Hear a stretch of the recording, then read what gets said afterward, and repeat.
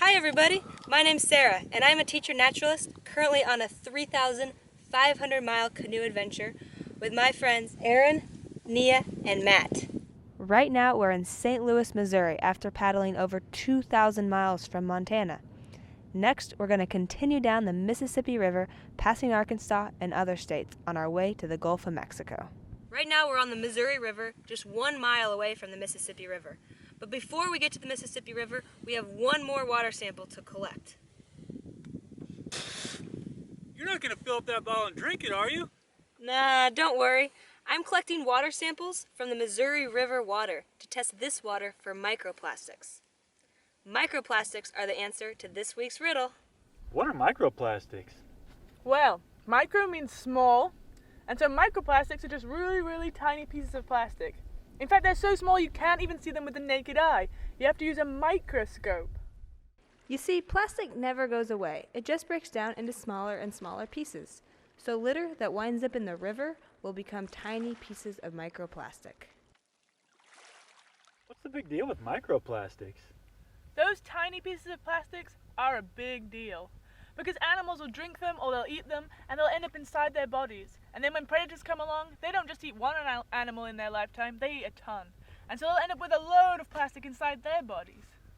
Yikes! I eat fish and other predators, so the plastics could end up in me. Ugh! I'd rather season my fish with salt and lemon rather than microplastics. To make those microplastics an even bigger deal, they're like sponges that absorb chemicals and toxins.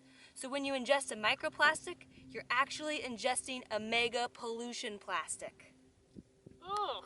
Hold the pickles and the mega pollution plastics, please! Wait a minute.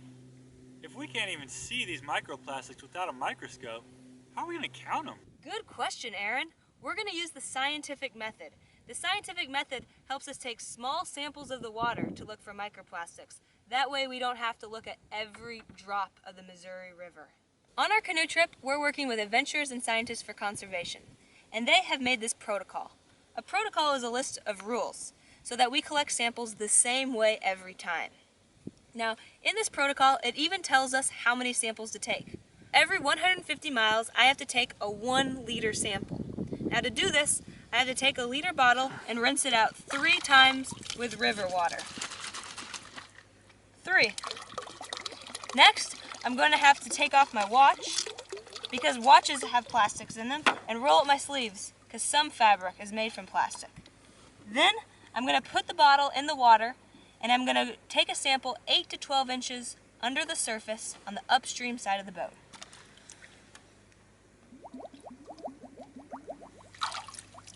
Once the sample's full, I'm going to put an aluminum foil lid on it and then cap it. Then I label the bottle and fill out the data sheet. The data sheet is a way to record info about the site. To record where the sample was taken, we use a GPS and record latitude and longitude. We'll also use a thermometer to record water temperature. And at the very end, we record observations about the site. Once we have collected the samples, we send them to a lab in Maine, where scientists pump the water through a filter, and then they sort the plastics out, counting them with a microscope. Adventurers and scientists for conservation have collected 1,207 samples of water from all over the world, and 93% have contained microplastics. So far, all but one of our Missouri River samples have had plastic in them. So Sarah, how can we keep microplastics out of the rivers, the water, and our bodies? Good question. We can use reusable water bottles or reusable bags. That way we cut out unnecessary plastics. And when we really need to use plastic, we can remember to recycle it or throw it away. We should never litter. Wow, someone doesn't know about microplastics. That's okay, because we do. So we can pick up litter when we find it, and that way we can do our part to keep the water clean. Thanks for watching, and we'll see you again down the river.